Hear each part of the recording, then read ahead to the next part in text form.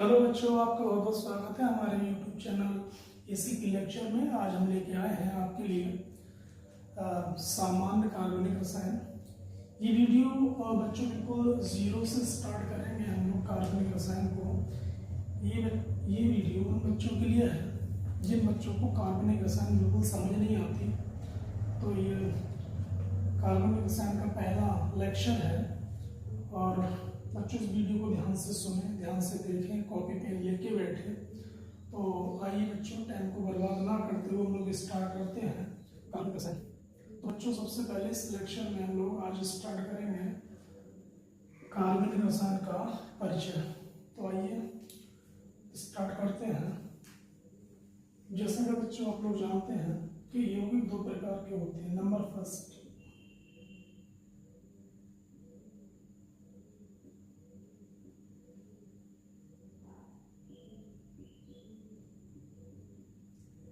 अकार्बनिक यौगिक। बच्चों अकार्बनिक यौगिक जो प्राप्त होते हैं, ये प्राप्त होते हैं खनिज एवं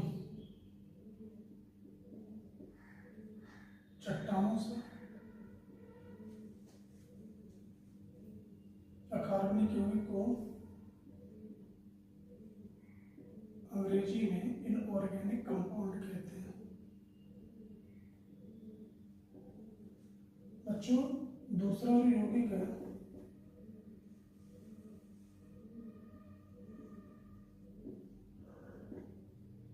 उसे कार्बनिक यौगिक कहते हैं।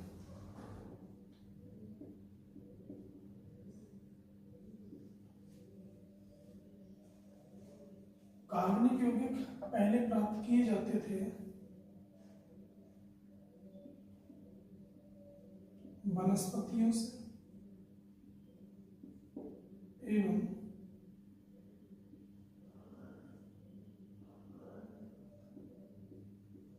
जीव जंतुओं से। कार्बनिक यौगिक को अंग्रेजी में ऑर्गेनिक कंपाउंड कहते हैं।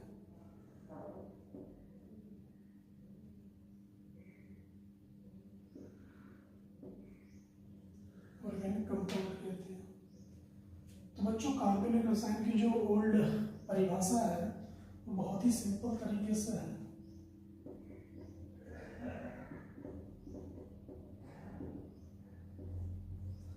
कहते रसायन विज्ञान की वह शाखा जिसके अंतर्गत हम कार्बनिक यौगिकों का अध्ययन करते हैं तो उसे कार्बनिक रसायन कहते हैं। देखिए इसे बहुत ही शॉर्ट में हम लोग लिखेंगे।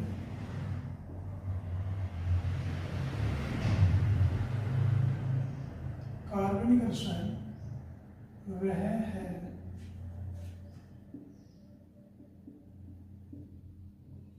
जिसके अंतर्गत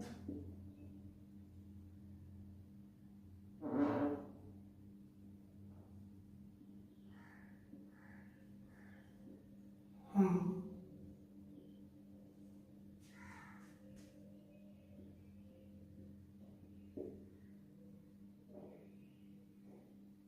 कार्बनिक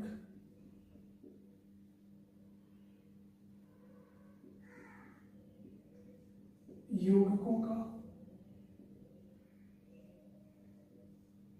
अध्ययन करते हैं।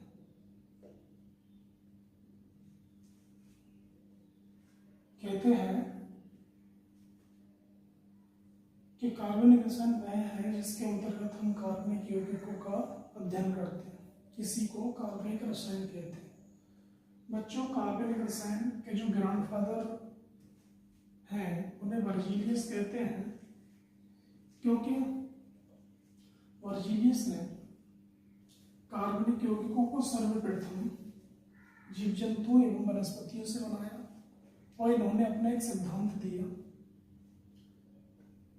तो सिद्धांत क्या है बच्चों, मैं आपके सामने लिखता हूं।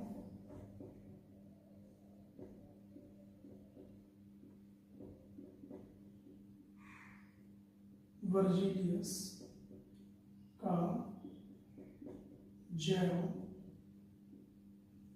शक्ति सिद्धांत।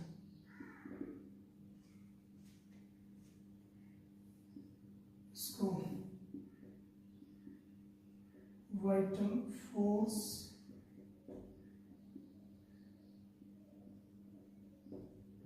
थ्योरी कहते हैं।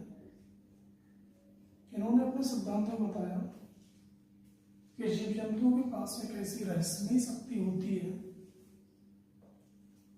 जो काल्पनिक यौगिकों के निर्माण के लिए उत्तरदायी होती है। तो ये सिद्धांत कहता है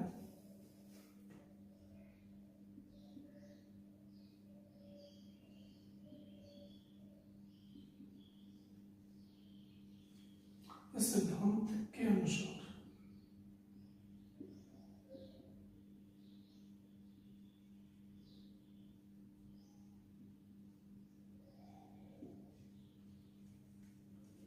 कि जीव जंतुओं के पास एक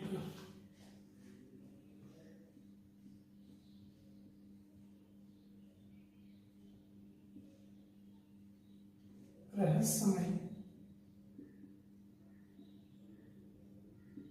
शक्ति है जो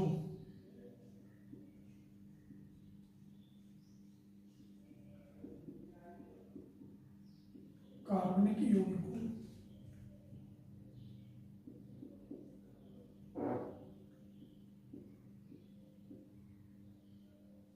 के निर्माण के लिए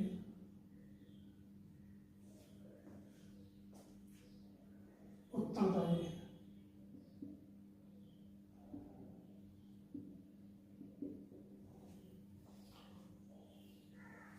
बर्जीलियस ने ऑर्गेनिक शब्द का प्रतिपादन किया, प्रयोग किया। ऑर्गेनिक शब्द का अर्थ जीव संबंधी है। तो बच्चों इसके बाद बर्जीलियस जैव शक्ति सिद्धांत का एंड हुआ, क्योंकि बच्चों ये सिद्धांत 1815 में आया, लेकिन सन 1828 में जर्मन के वैज्ञानिक वोहलर उन्होंने अकार्बनिक यौगिकों से कार्बनिक यौगिकों का निर्माण किया और उन्होंने पहला कार्बनिक यौगिक यूरिया को बनाया, जिससे बर्जीलियस जैव शक्ति सिद्धांत का खंडन हो गया, उसका अंत हो गया। तो अगला आपका जो टॉपिक है वो है जैव शक्ति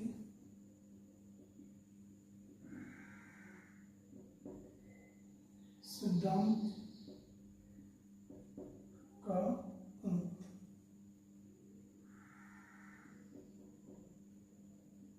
ये बच्चों 1828 की बात है।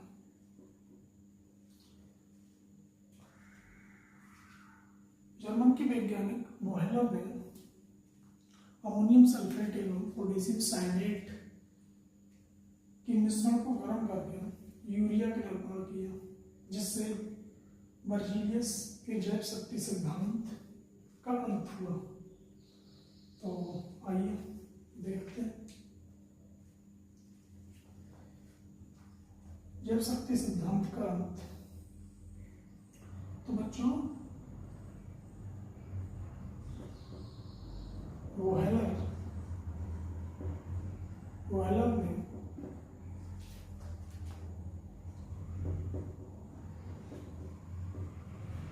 अमोनियम सल्फेट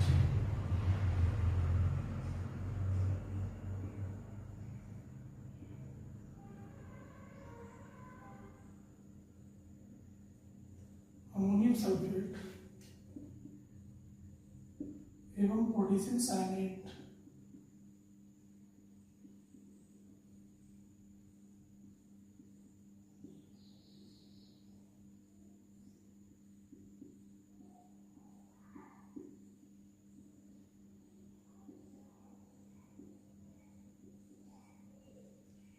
के मिश्रण को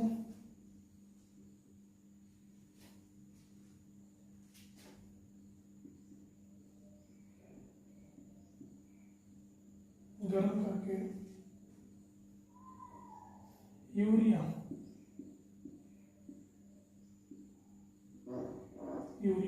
जिसका सूत्र बच्चों NH2CO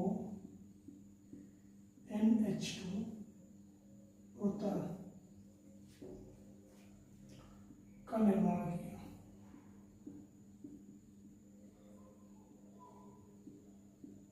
जिससे जैव शक्ति सिद्धांत का अंत हुआ और इससे ये सिद्ध हुआ कि कार्बनिक यौगिकों को अकार्बनिक यौगिकों से प्रयोगशाला में भी बनाया जा सकता है। इसलिए बच्चों इस सिद्धांत के बाद जो बर्जीलियस का जैव शक्ति सिद्धांत था उसका अंत हो गया। तो आइए देखते हैं इसकी रिएक्शन को, इसकी अभिक्रिया को।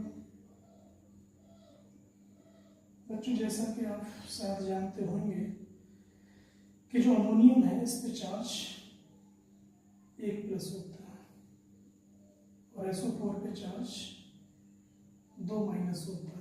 तो बच्चों NH4 पे 1+ चार्ज है और SO4 पे 2- चार्ज है, तो हम इसका अमोनियम आयन का इसका ट्वाइस करेंगे और ये बन जाएगा अमोनियम सल्फेट।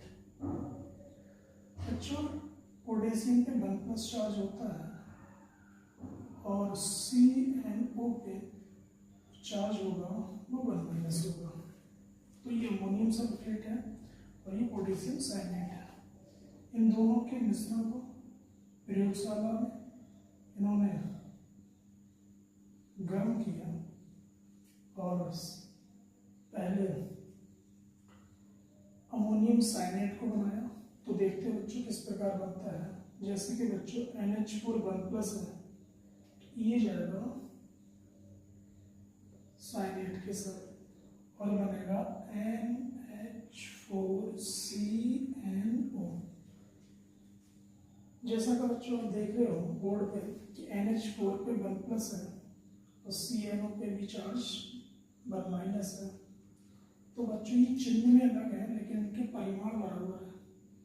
तो एक NH4 के साथ में एक ही CNO समूह जाएगा, ठीक। लेकिन बच्चों NH4 की जो क्वांटिटी है वो 2 है, इसलिए CNO में बच्चों तो चाहिए होगा, तो पोटेशियम साइनाइड के मॉलिक्यूल्स की संख्या 2 लेते हैं। NH4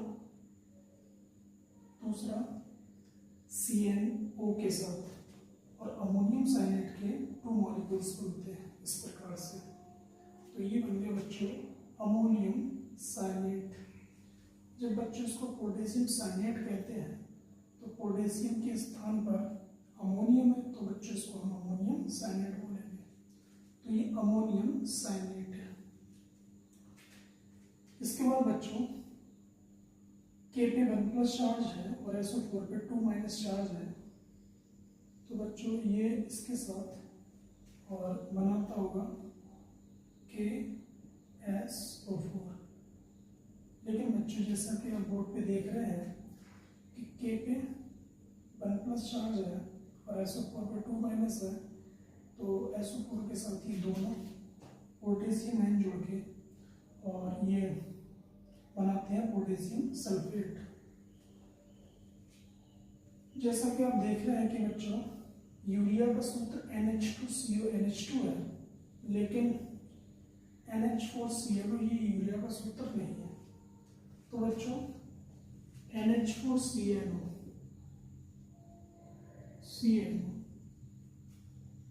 बदल जाता है यूरिया में NH2CO NH2। बच्चों अमोनियम साइनाइड और यूरिया एक दूसरे के समावयवी है, तो यहाँ पर बच्चों समावयवीकरण हुआ है। अमोनियम साइनाइड से यूरिया का निर्माण इस प्रकार से हुआ। तो जैसा कि आपने देखा कि वैज्ञानिक जो वॉयलर थे उन्होंने सर्वप्रथम अकार्बनिक यौगिकों से कार्बनिक यौगिक यूरिया का निर्माण किया, जिससे बर्जीलियस के जैव शक्ति सिद्धांत का अंत हुआ। इस कारण बच्चों कार्बनिक रसायन के जो फादर हैं दो बोहलर हैं, कार्बनिक रसायन के फादर या जनक बोहलर है, इसलिए आज हम कार्बनिक रसायन के जन्मदाता बोहलर कहते हैं। तो बच्चों ये थोड़ा सा कार्बनिक रसायन का परिचय था, उम्मीद करते हैं समझ में आया होगा।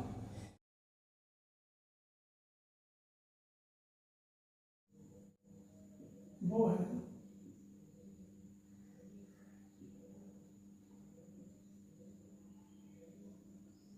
कार्बन के मुख्य बिंदु।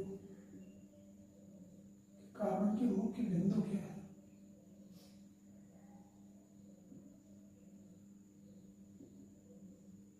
Main points of carbon. तो बच्चों हम लोग इसमें बहुत ही छोटी छोटी बातें करेंगे, बहुत ही जीरो लेवल से। तो आइए स्टार्ट करते हैं। जैसे कि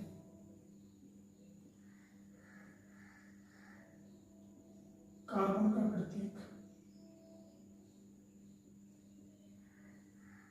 बच्चों सी होता है।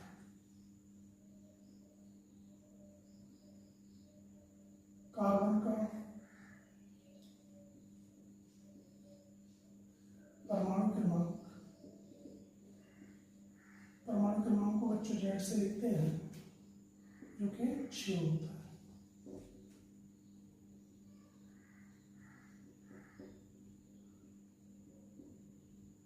कार्बन का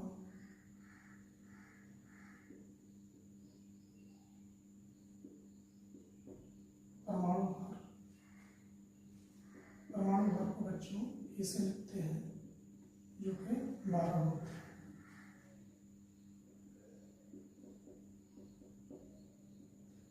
कार्बन बच्चों धातु है।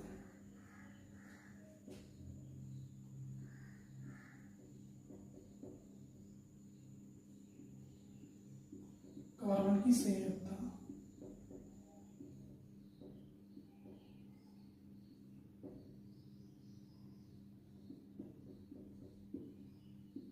4 होती है। क्यों? क्योंकि बच्चों जब हम लोग कार्बन का इलेक्ट्रॉनिक विन्यास बनाते हैं तो पहली कक्षा में 2 और दूसरी वाली में 4 इलेक्ट्रॉन होते हैं। या तो इसका इलेक्ट्रॉन इस प्रकार से बना लीजिए, 1s2 2s2 2p2। बच्चों कार्बनिक यौगिक जितने बॉन्ड बनाए वो उसकी संयोजकता कहलाती है। तो जैसे बच्चों ये कार्बन है, कार्बन के बाहरी कक्षा में बाहरी कोश में इलेक्ट्रॉन संख्या 4 है। तो बच्चों ये 4 बॉन्ड बनाता होगा अपना अष्टक पूर्ण करने के लिए।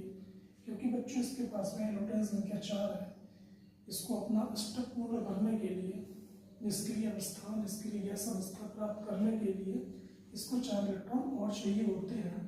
इसलिए 4 इलेक्ट्रॉन की और किसी अन्य परमाणु के साथ ये साझेदारी करता है, अर्थात ये 4 बॉन्ड बनाता है, इसलिए इसकी संयोजकता 4 कहते हैं।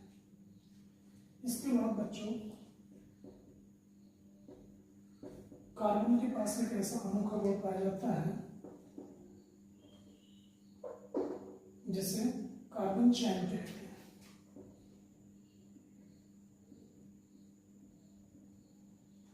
कार्बन में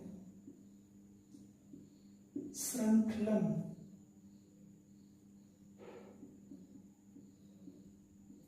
का गुण पाया जाता है।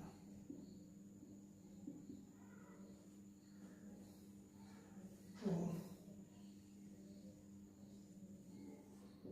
देखते हैं कि कार्बन में कितने प्रकार की श्रृंखलाएं बनती हैं।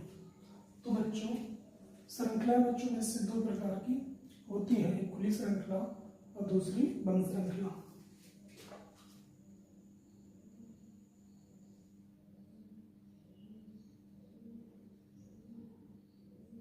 कार्बन श्रृंखला,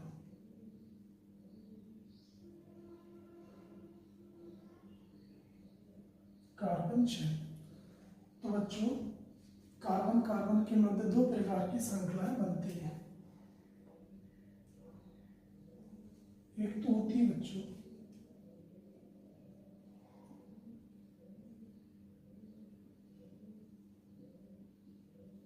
बंद श्रृंखला,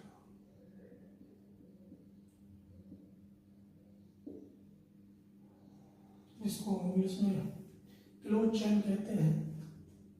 मैं एग्जाम्पल की बात कर लूं, जैसे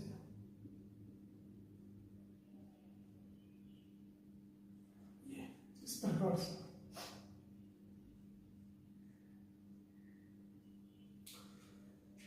दूसरी श्रृंखला बच्चों खुली होती है।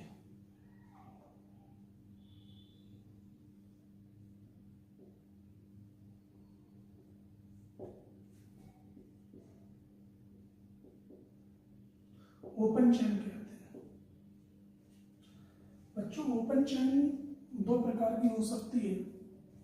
एक तो ऐसी श्रृंखला हो सकती है जिसमें केवल एक ही चेन हो, और एक ऐसी श्रृंखला हो सकती है जिसमें कई सारी श्रृंखलाएं हों। तो बच्चों इस आधार पर हम लोग इसको दो भागों में बांट सकते हैं। नंबर फर्स्ट, अशाखित, अशाखित श्रृंखला, इसको इंग्लिश में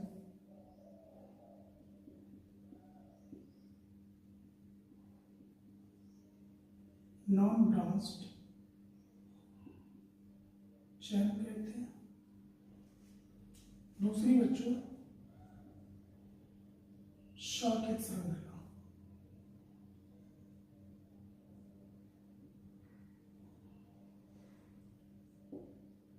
इसको ब्रांच्ड चेन कहते हैं।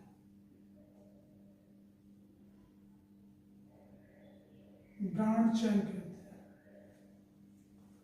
तो बच्चों अशाखित श्रृंखला जिसमें कोई शाखा ना हो, कोई ब्रांच ना हो, तो ये भी बच्चों दो प्रकार की हो सकती है। बच्चों ये सीधी भी हो सकती है और टेढ़ी मेढ़ी भी हो सकती है। तो अशाखित श्रृंखला को बच्चों हम लोग दो भागों में बांट सकते हैं।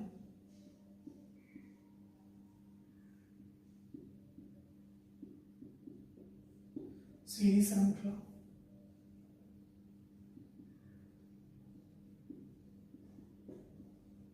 स्ट्रेट चेन, जैसे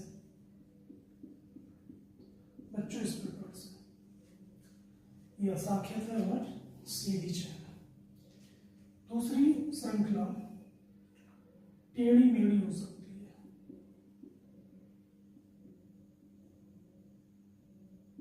टेढ़ी मेढ़ी श्रृंखला, जिसको इंग्लिश में जिगजैग कहते हैं। जैसे बच्चों